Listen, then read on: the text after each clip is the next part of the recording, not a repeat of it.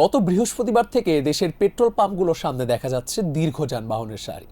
জ্বালানি সংকটের আশঙ্কায় উপচে পড়া ভিড়ের মধ্যে তেল নিতে ঘন্টার পর ঘন্টা অপেক্ষা করছেন চালকেরা। এই দীর্ঘ লাইনের বড় একটি অংশই রাইড শেয়ারিং এর সঙ্গে যুক্ত মোটরবাইক চালক। রোজার দিনে ক্লান্ত শরীর নিয়ে অপেক্ষা করার পর তারা পাচ্ছেন মাত্র 2 লিটার তেল। দূরের মধ্যপ্রাচ্যে যুদ্ধের খবর এলে তার বাস্তব প্রভাব এখন দেখা যাচ্ছে ঢাকার রাস্তায়।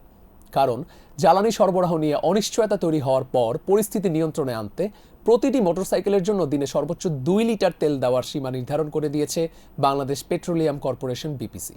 কিন্তু এই রেশনিং সিস্টেমই রাইড শেয়ারিং চালকদের জন্য পরিণত হয়েছে বড় সমস্যায়।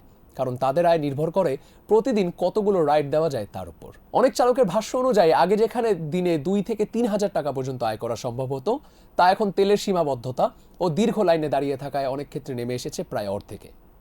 সমস্যা শুধু তেলের পরিমাণ নয়, সময়ও।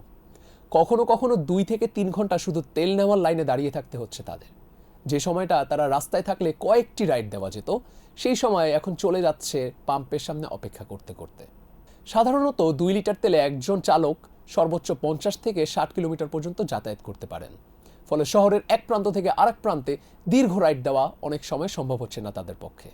গত কয়েক বছরে ঢাকায় দ্রুত বেড়েছে মোটরসাইকেলের সংখ্যা। বাংলাদেশ সড়ক পরিবহন কর্তৃপক্ষের তথ্য অনুযায়ী 2025 সালের দিকে শুধু রাজধানীতেই নিবন্ধিত মোটরসাইকেলের সংখ্যা প্রায় 12,74,000। এর একটি বড় অংশই রাইড শেয়ারিং এর সঙ্গে যুক্ত। অর্থাৎ এই খাতের উপর সরাসরি বা পরোক্ষভাবে নির্ভর করছে হাজার হাজার মানুষের জীবিকা।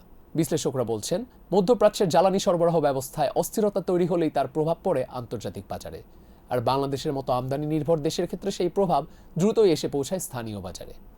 কিন্তু বৈশ্বিক রাজনীতি বা জ্বালানি বাজারের জটিল হিসাবের বাইরে ঢাকার পেট্রোল পাম্পের সামনে দাঁড়িয়ে থাকা এই বাইকারদের কাছে বাস্তবতা খুবই সরল।